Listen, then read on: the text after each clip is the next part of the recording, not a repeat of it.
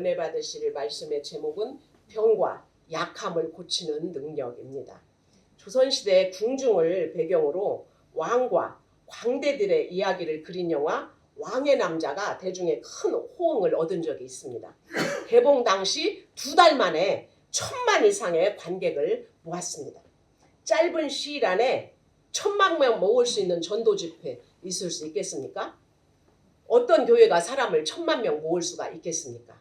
여러분 한번 생각해 보시기 바랍니다. 장생이라는 인물에 초점을 맞춰서 정치 권력을 희화화할 때 많은 사람이 그 영화를 보면서 카타르시스를 느꼈습니다.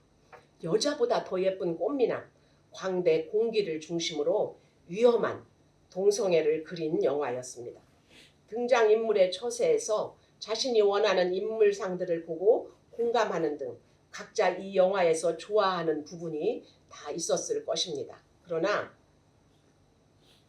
1000만 명 이상의 사람을 극장으로 불러들인 영화라도 다양한 아픔과 문제를 내놓기만 할 뿐 치유해 줄 수는 없었습니다. 도리어 악이 합리화되고 팽배해집니다. 왕의 남자는 하나님의 창조 질서를 거스르는 가장 큰 죄악이자 인류 최고의 병인 동성애를 아름답게 묘사하고 있습니다. 영화에서 공길역을 맡은 배우는 한 인터뷰에서 자신은 동성애자는 아니지만 이 영화를 하면서 동성애를 좋게 생각하게 됐다고 말을 했습니다. 한 명의 영화 배우가 이 시대를 온통 사로잡는 문화 코드가 될 수도 있다는 것을 생각하니 참으로 안타까운 일이었습니다.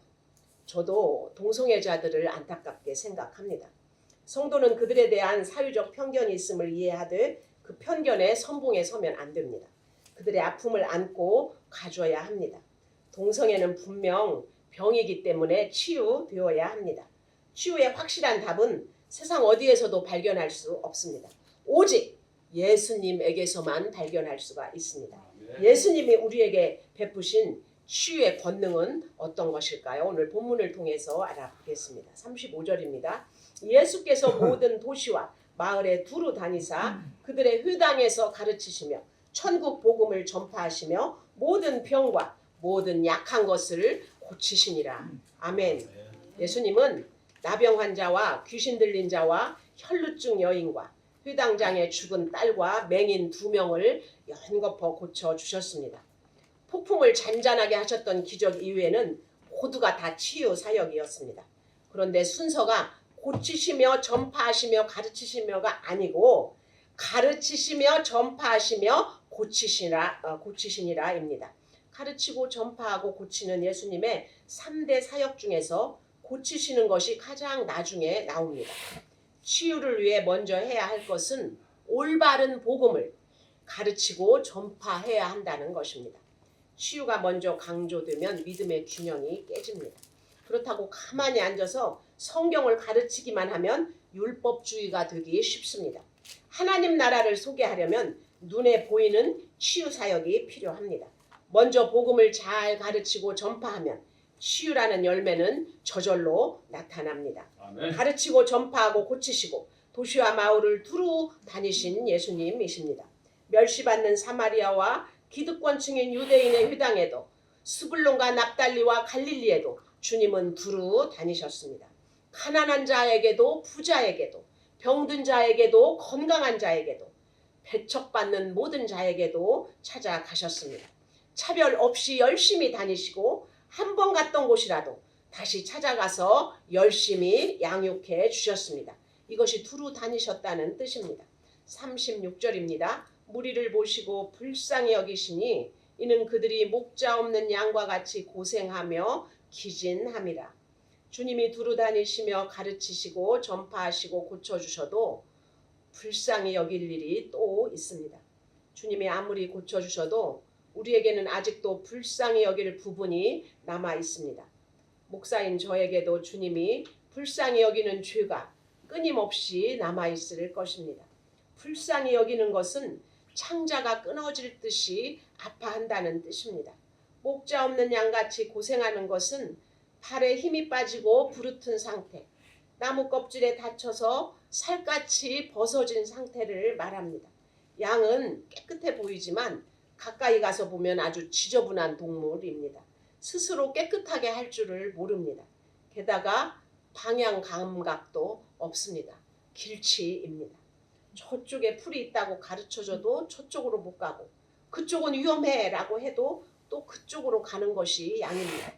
목자 없이는 제대로 갈 수 있는 곳이 없습니다. 자녀들도 그렇습니다. 믿음 없는 사람과 결혼하면 안 된다고 해도 그 사람에게 갑니다. 교회만 오면 살 길이 있다가 해도 안 옵니다. 성경은 우리를 개에 비유하지 않고 양 같다고 말하고 있습니다. 개는 똑똑해서 주인을 알아보지만 양은 유순해 보이기는 하는데 멍청합니다. 총기라고는 하나도 없습니다. 목자가 없으면 꼼짝도 못하는 것이 양입니다. 하나님 없이는 꼼짝도 못하는 것이 바로 우리입니다. 하나님이 없으면 미움과 음란과 중독에서 내 힘으로 빠져나오지 못하는 양과 같은 것이 우리의 수준입니다. 그래서 낭망이라는 말을 이야기할 때 뒤집힌 양을 낭망이라고 합니다. 양은 뒤집어지면 스스로 일어날 수가 없습니다. 독수리에게 쪼아먹혀서 죽습니다. 그것이 낭망입니다. 낭망하여 자기 힘으로 일어설 수 없는 무리에게 필요한 것은 돈도 아니고 지식도 아니고 바로 이끌어줄 목자입니다. 예수님은 자신을 치유자도 아니고 교사도 아니고 선한 목자라고 말씀하셨습니다. 교회에 학자와 교사만 있고 목자가 없다면 왔던 사람들이 다 돌아가게 되어 있습니다. 소그룹 모임에 교사만 있어서 가르치려고만 한다면 사람들은 모였다가도 흩어집니다. 목자 없는 양을 불쌍히 여기시는 주님이십니다. 목자가 없어서 고생하며 방황하는 양을 주님의 마음으로 품고 기다려 주어야 합니다. 더럽고 냄새나는 양을 예수님의 마음으로 품고 기다려 주어야 합니다. 더럽고 냄새나는 양을 끌어안으시는 주님의 마음이 없이는 목자가 될 수가 없습니다. 나의 유익 때문에 목자가 된다면 그것은 싹군 목자입니다. 하나님은 다윗을 이스라엘 왕으로 세우려고 하실 때 이렇게 말씀하셨습니다. 얘는 정말 내 마음에 합한 자다. 내 마음에 합한 자야. 그렇게 말씀하신 것이 언제였습니까? 골리앗을 때려잡았을 때가 아닙니다. 하프를 쳐서 사울의 귀신을 쫓아주었을 때가 아닙니다. 하나님이 얘는 내 마음에 합한 자야. 얘는 정말 내 마음에 합한 자야. 얘를 내가 이스라엘 왕으로 세울 거야. 내가 할 일을 얘를 통해서 다 이룰 거야 라고 말씀하셨을 때는 다윗이 양을 치고 있었을 때입니다. 양 우리에서 양을 돌보고 있었을 때입니다. 양의 우리에서 양을 돌보고 있을 때 무엇을 보셨기에 그랬겠습니까? 마음에 합한 자, 양을 돌보는 자. 이것을 히브리어로 툼이라고 한답니다. 이 툼을 히브리 사람에게 물어봤습니다. 너네 민족은 이 툼이라는 말을 어떤 때 쓰니? 그랬더니 숨도 안 쉬고 대답하더랍니다. 저 혼자 있을 때나 100명 중에 있을 때나 똑같이 하는 행동, 똑같이 쓰는 마음, 이것을 우리는 툼이라고 그래요. 그러니까 사람이 많이 볼 때 아니면 아무도 없이 혼자 골방에 있을 때와 행동이 똑같은 것, 이게 하나님의 마음에 합한 자라는 뜻입니다. 그러니까 다윗은 어땠다는 얘기입니까? 다윗이 이새에게 기름 부으려고 이새 아들에게 기름 부으려고 사무엘에게 찾아갔습니다. 너의 자녀들을 다 데리고 와라. 7명을 쫙 데리고 왔습니다. 그런데 이 사람도 아니고 이 사람도 아니고 다 아니었습니다. 엘리압도 아니다. 아비노함도 아니다. 아니다. 너에게 자식이 이제 없냐? 7명이 다냐? 그러자 이새가 이렇게 말했습니다. 양을 치는 애가 하나 있는데 걔는 막내입니다. 막내인데다가 어린데다가 거기다 양치는 목동이라는 겁니다. 양치는 목동은 가장 천민 중에 천민입니다. 심지어 재판에서 증인으로 채택될 수가 없는 천민이 바로 양치는 목동입니다. 근데 양을 치는 아이라는 거예요. 근데 하나님은 왜 다윗을 합당하게 생각하셨을까? 다윗에게는 50마리의 양이 있었는지 500마리의 양이 있었는지 100마리의 양이 있었는지는 모르지만 그 중에 양이 이리에게 쫓길 때 이리의 입에 물렸을 때, 늑대의 입에 물렸을 때 물린 양을 딱 봤더니 어메 나를 뒤지게 미워하고 날마다 괴롭히는 둘째 형 양이네. 할렐루야 하나님이 하셨구나. 잡아먹어라 이랬겠습니까? 목숨을 걸고 나를 괴롭히는 형의 양인데도 내 양과 같이 쫓아가서 내 목숨을 걸고 늑대의 입에서 건져내는 마음.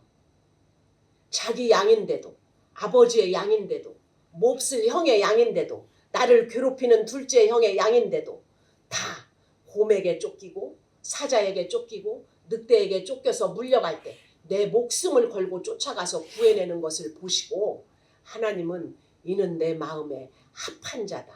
이렇게 점 찍으셨다는 것입니다.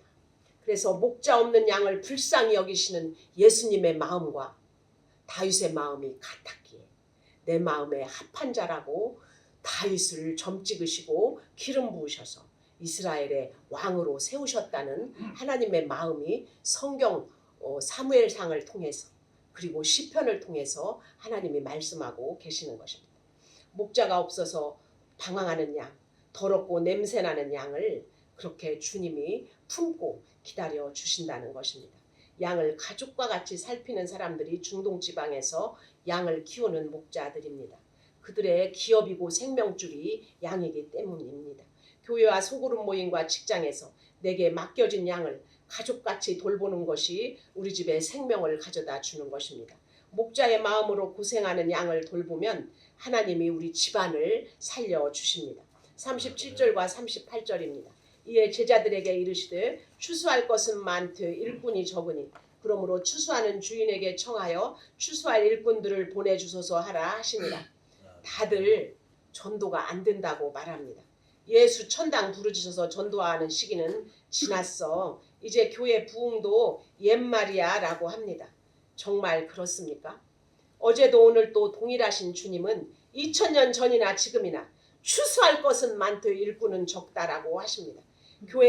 교회에 목자가 없어서 많은 사람이 떠납니다. 그런데 주님이 구원하시기로 예정한 사람은 이 땅에 너무나 많다는 것입니다. 그들을 위해서 내가 일꾼이 되어야 합니다. 멀리 있는 선교지뿐만 아니라 바로 내 옆에도 곳곳에 휘어져 추수할 것이 많다는 것이 보여야 합니다. 누가 추수할 일꾼입니까?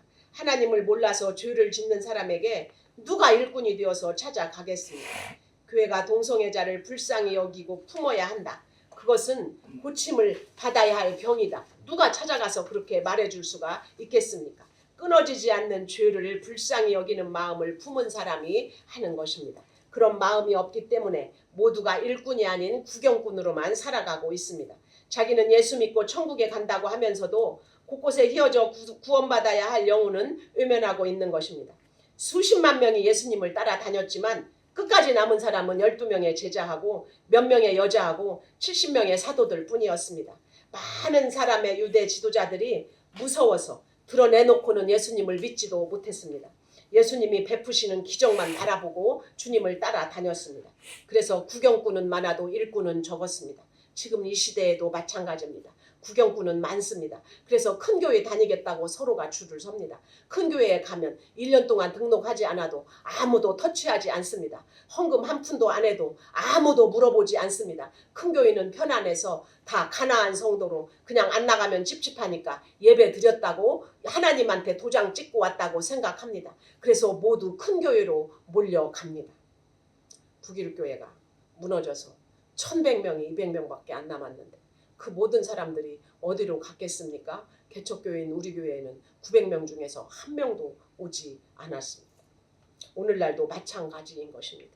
주일에 텔레비전 보고 여관을 보내느라 교회에 가지 않는 성도가 늘어도 교회는 빠짐없이 출석해도 양육도 안 받고 봉사도 안 하고 일꾼 안 하고 그냥 편하게 다니겠다고 결심하고 다닙니다.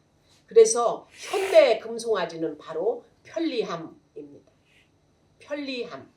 여러 명 중에 하나가 되어서 내가 드러나지 않고 적당히 끼어서 흘러가는 것을 사람들은 좋아합니다. 그러나 하나님은 그 사람들을 일꾼이라고 부르지 않습니다.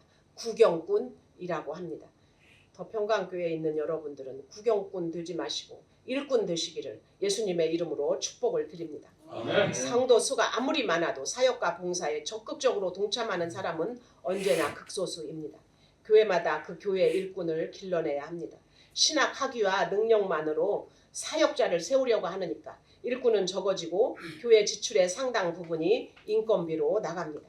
일꾼이 적다고 불평만 하지 말고 교회 안에서 제자 삼는 사역을 해야 합니다. 주일학교 때부터 말씀을 묵상하게 해서 말씀으로 가치관이 정립된 일꾼을 키워내야 합니다. 그렇게 키운 일꾼을 교회의 주축들로 삼아야 하는 것입니다. 우리는 지금 다음 세대를 키워내기 위해서 2026년도부터는 영어 예배자를 지금 모집하는 현수막을 붙이려고 합니다. 3월부터는 익산 시내에서 더 평강교회 영어 예배자가 다음 세대로 세워지기를 예수님의 이름으로 축복하고 기도해 주시기를 바랍니다. 이 더 평강교회를 통해서 귀한 다음 세대가 영어 예배자로 세워질 것을 예수님의 이름으로 선포하고 축복드립니다. 10장 1절입니다. 예수께서 그의 12제자를 부르사 더러운 귀신을 쫓아내며 모든 병과 모든 약한 것을 고치는 권능을 주시니라. 가장 중요한 제자 사역을 위해 주님이 우리에게 권능을 주십니다. 아멘. 모세가 여호수아에게 리더십을 물려주고 엘리야가 엘리사에게 2배의 능력을 물려준 것처럼 주님은 2000년 동안 교회를 통해서 주님의 능력이 세상으로 흘러가게 하셨습니다. 교회는 영혼 구원을 최고로 하는 공동체입니다. 내가 구원받았다면 이제 다른 사람의 구원을 위해서 제자 사역을 해야 합니다. 그러므로 너희는 가서 모든 민족을 제자로 삼아 아버지와 아들과 성령의 이름으로 세례를 베풀고 내가 너희에게 분부한 모든 것을 가르쳐 지키게 하라. 볼지어다 내가 세상 끝날까지 너희와 항상 함께 있으리라 하시니라. 아멘. 그래서 예수님이 이렇게 유언하셨기 때문에 제자 삼는 것이 우리의 목적입니다. 하나님이 우리에게 주신 사명입니다.